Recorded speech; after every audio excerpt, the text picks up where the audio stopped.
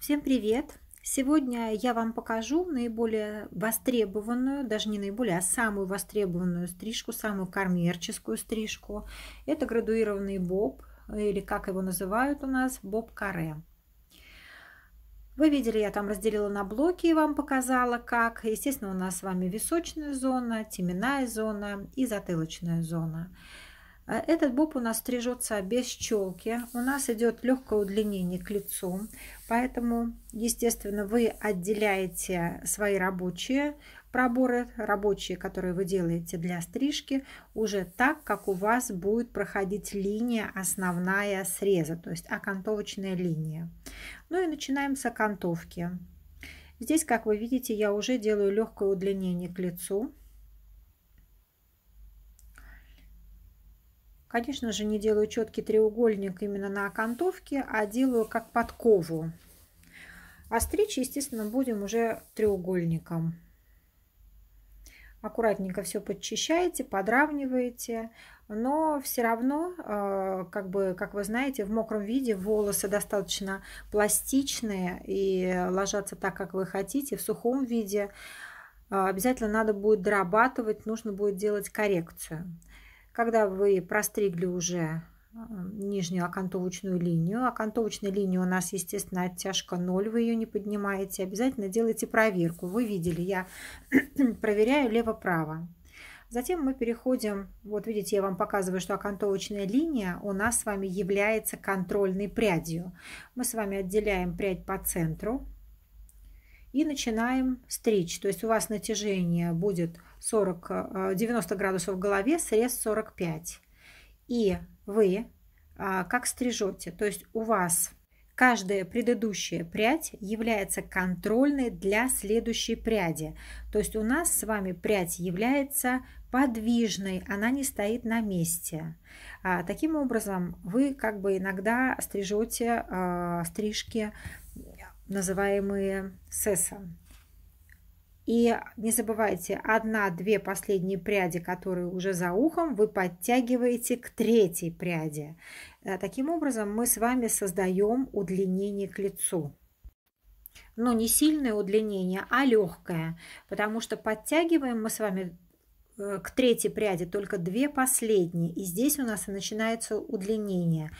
А в середине у нас идет плавный переход с легким удлинением. Эта техника очень актуальна для многих стрижек. Вы посмотрите, пожалуйста, мои еще работы, которые я вам показывала. Я эту технику применяю и очень люблю тогда, когда нам нельзя открывать зону шеи за ухом. Далеко не у всех моделей, не у всех девушек красивая форма шеи, красивые уши. То есть вот эта вот зона, обратите внимание, некоторым нельзя просто ее открывать, и в этом случае вы тогда стрижете именно вот этой техникой. Обратите внимание, это очень интересно. Простригли мы когда с вами зону, вот я вам сейчас показываю, мы с вами теперь дорабатываем линию.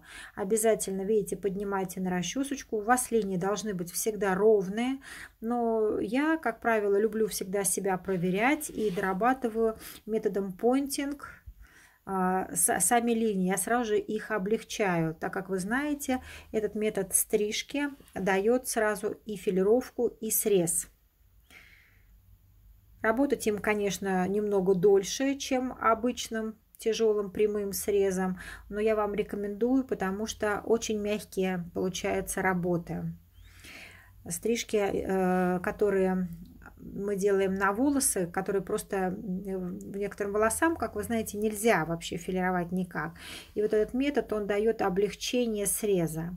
Вот я здесь вам показываю, что здесь я продолжаю нашу линию под 45 градусов, хотя я уже перешла к следующей линии среза, да, то есть к следующему блоку простригаю. И видите, я перешла уже на проборы по диагонали. Опять центральный у вас идет ровно посередине.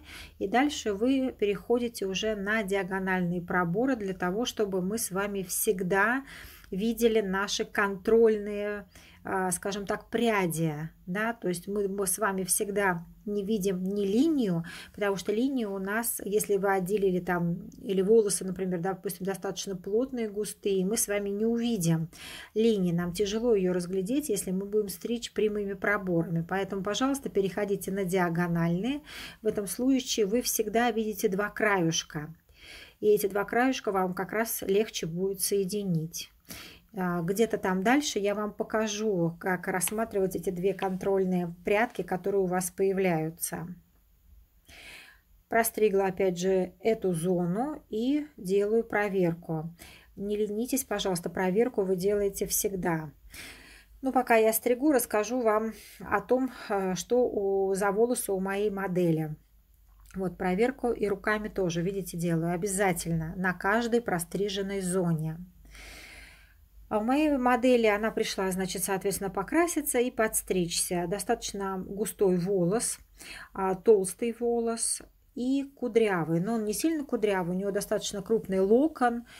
Получается, что просто волнистый, будем так называть. А дома, конечно, она сильно не укладывается. И хотела, чтобы стрижка у нее лежала как бы всегда достаточно пышно, объемно. Поэтому мы делаем ей на затылке боб. Но удлинение к лицу, потому что она не носит челку. Покрасила я ее премиальным красителем Goldwell. Использовала, если вам интересен цвет, пожалуйста, вы пишите, я вам расскажу. Значит, дальше я использовала кератин. Добавляю я в краски, в порошки, во все кератин от Laone Lab. Я его рекомендую, потому что мне он нравится. Вот здесь я показываю, видите, контрольные прядки. Я их вижу и соединяю линию. Очень хорошо видно, если вы переходите на диагональные проборы.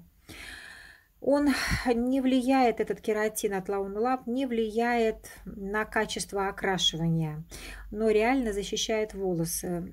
Если вы не хотите добавлять в краску, то вы можете давать своим клиентам с собой для мытья, добавляя его в шампунь. Очень неплохая вещь, рекомендую моим клиентам. Нравится, я уже попробовала. Мы с вами, когда стрижем, обязательно, да, видите, я поправляю своей модели голову. Они, конечно же, отвлекаются, потому что сидеть без движения тяжело. Поэтому вы, пожалуйста, контролируйте, потому что для вас очень важно, чтобы вы четко натягивали ваши пряди. Только когда вы четко все натягиваете, вы сохраняете угол. Если девушка изменила положение головы, у вас изменился угол вашего среза. Пожалуйста, это все контролируйте. Так как вы видите, стрижку я стригу в технике Видал-Сассон.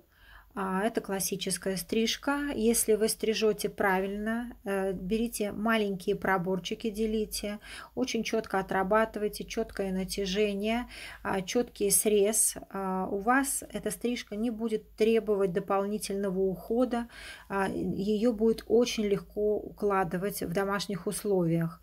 И, как правило, эти стрижки носятся долго. То есть, если клиент не придет к вам после вашей стрижки месяца два, то не расстраивайтесь. Значит, это вы просто супермастер. Да, и клиент очень хорошо носит стрижку, потому что она держит форму, даже когда отросла. Но смотрите, просто здесь можно делать всякие варианты. Можно шею не так сильно оголять, как я оголяю своей модели.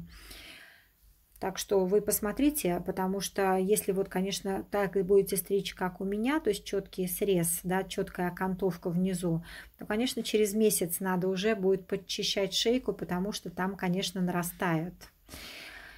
Так что вариантов много. Если вы посмотрите мои видео, я там уже ставила вот этот вот боб-каре, но на другой структуре волоса. Тоже получается шикарно. Я еще для вас там подготовлю стрижку, которая тот же боб, но на сильно кудрявые волосы. И вы увидите, что на каждую структуру волоса эта стрижка, на каждой структуре волоса эта стрижка выглядит по-разному. Она неузнаваема. То есть кажется, что у каждого своя новая стрижка. Ну, конечно же, какие-то элементы вы меняете для того, чтобы все-таки стрижка была индивидуальной. То есть, если вы вносите какие-то изменения в стрижку, это уже идет креатив. И, соответственно, у вас стрижка называется креативной. И клиент очень любит спрашивать, а как называется моя стрижка? Ну, вы, как всегда, узнаваете имя, вы знаете имя клиента и говорите, вот там, например, допустим, стрижка Наташа или стрижка там Лиза. Ну, как вам понравится, так и называйте. Главное, что все стрижки, они индивидуальные. Мы стрижем и выбираем стрижку именно под клиента. Значит, закончив затылок, мы с вами переходим к нашей височной зоне. И окантовку вот эту делаем мы, встригая в стрижку, то есть в последнюю линию затылка. То есть мы продолжаем вот этот угол, который мы с вами начали на затылке. Вот я вам показываю, что я веду и продолжаю четко этот угол. Дочищаете сразу окантовочку, то есть вы сводите височную зону с затылочной. И продолжаем дальше работать. У вас идет под 45 градусов натяжения. Опять же, все подтягиваете к вашей уже созданной вами контрольной линии, которую мы взяли с вами с затылка. То есть вы взяли с затылка за ушком по диагонали и подтягиваете к ней. Дорабатываете опять же линию окантовочную ведете. Обязательно проверяйте, какой бы вы мастер не были, все равно себя проверяйте. Вот так вот выглядит у нас с вами линия среза. С левой стороны, естественно, вы зеркалите. Делаем окантовку.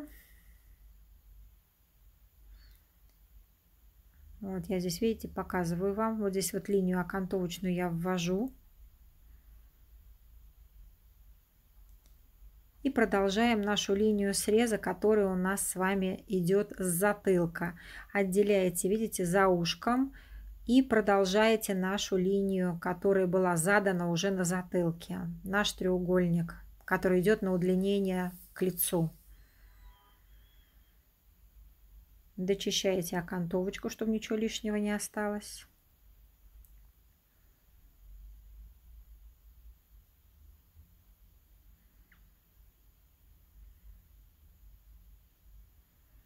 Проверяете длину у лица.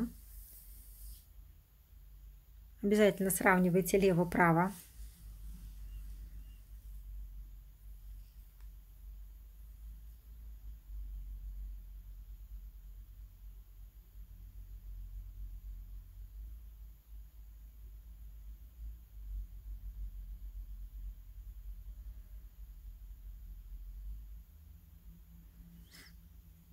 Не ленитесь, все проверяйте.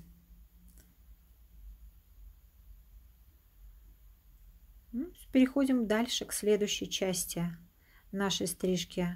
И здесь вот сейчас будьте внимательны, здесь уже пойдет немного изменения в натяжении. Мы с вами опять же вводим, вот взяли на уровне за ушком нашу уже сделанную прядь и подтягиваем все к ней. Когда стрижем, то есть мы делаем удлинение к лицу. Видите, я все подтягиваю к той пряди, которая за ушком, затылочную зону.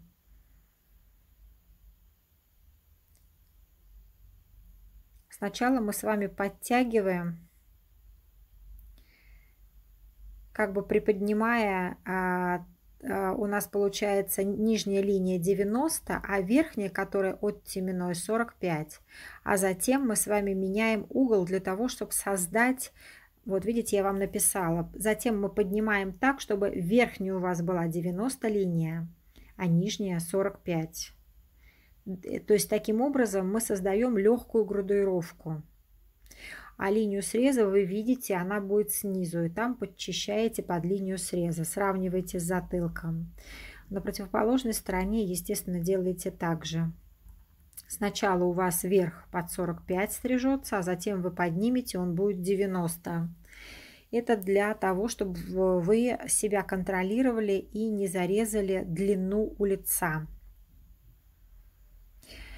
Я, естественно, провожу онлайн-обучение по теории стрижки. Я, естественно, провожу тоже, обучаю, но стрижки онлайн, к сожалению, не научишь. Хотя мы тут, конечно, меня просят многие из других городов. Я думаю, что мы попробуем. Мне главное, нужно оборудовать чисто технически себе это место. Не буду же я дома на кухне. Это не очень удобно. Но обязательно будем, и на расстоянии тоже я вас буду учить. Так что вы, конечно же, мне пишите, звоните. Будем продолжать работать, обучу всех. Видите, я вам сейчас в данный момент показываю, как мы с вами уже стрижем теменную зону. Теменная зона у нас должно быть натяжение параллельно полу. И вы вводите, опять же, в нашу линию, которая была прострижена на затылке. Это последняя наша линия. Видите? То есть натяжение параллельное полу. Никуда не уходите. Спасибо, да, что вы все время мне пишете. Мне вообще безумно приятно. Я очень рада, что могу вас чему-то научить. Если вы умеете читать то, что я вам рассказываю, смотреть, как я натягиваю линию, это прекрасно. Если вы не умеете, не отчаивайтесь. Мы постараемся с вами в личном контакте тоже этому научиться. Когда я подняла волосы теменной зоны наверх и срезала уголочек, таким образом я создала легкую градуировку, то есть у меня там нет тяжелой линии. Затем мы с вами уже теменную зону, как вы видите, вводим опять же в нашу окантовку, то есть в нашу стрижку. Но уже, естественно, на окантовочной линии. Если вы правильно подстригли, то у вас у лица будет четкий равномерный треугольник. Я вам сейчас его покажу, когда мы с вами будем вперед волосы зачесывать. А сейчас у меня идет проверка. Проверку я эту называю лево-право.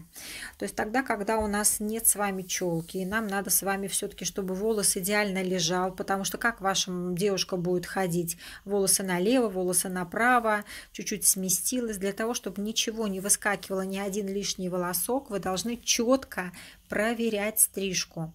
Поэтому перекидываете волосы налево, перекидываете волосы направо и проверяете, чтобы ни один волос лишний не торчал. Это четкие стрижки, они должны идеально ложиться, и поэтому мы с вами проверяем каждый наш шаг.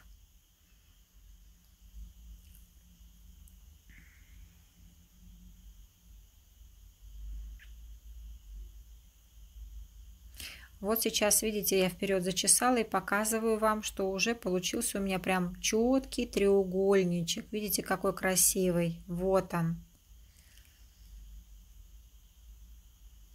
Все равно проверяйте обязательно этот треугольничек, чтобы длина тоже у вас была ровной.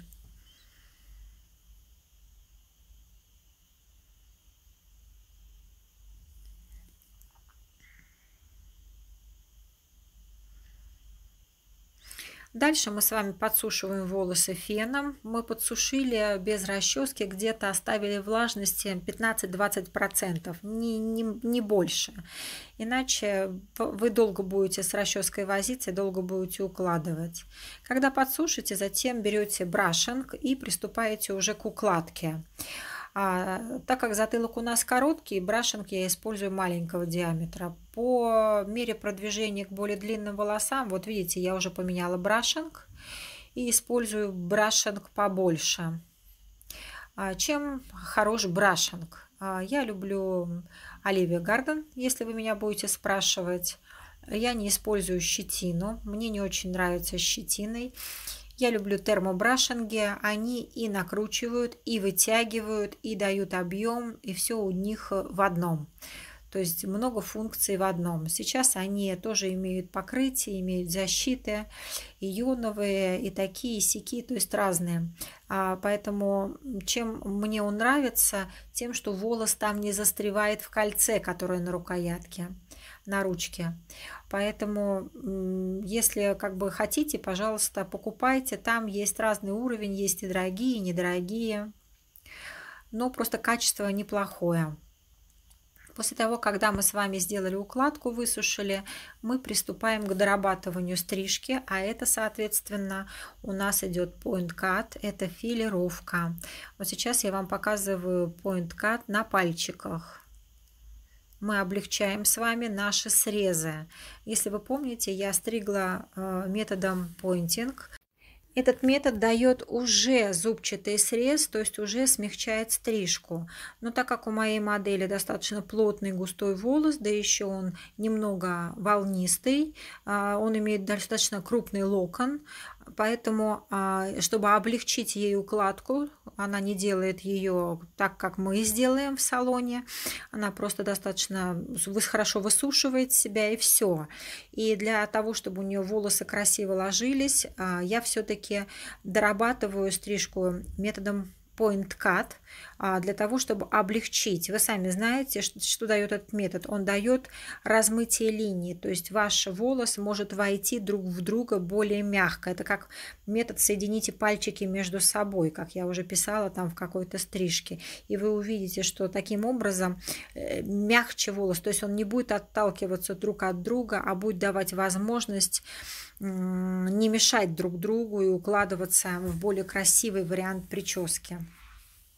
После того, когда мы с вами все уже закончили, мы дорабатываем с вами окантовочную линию. Ну вот, видите, так как она у меня, эта линия тяжелая и рост волос на шее достаточно низкий, я беру машинку и подчищаю шейку, то есть доделывайте окантовочную линию.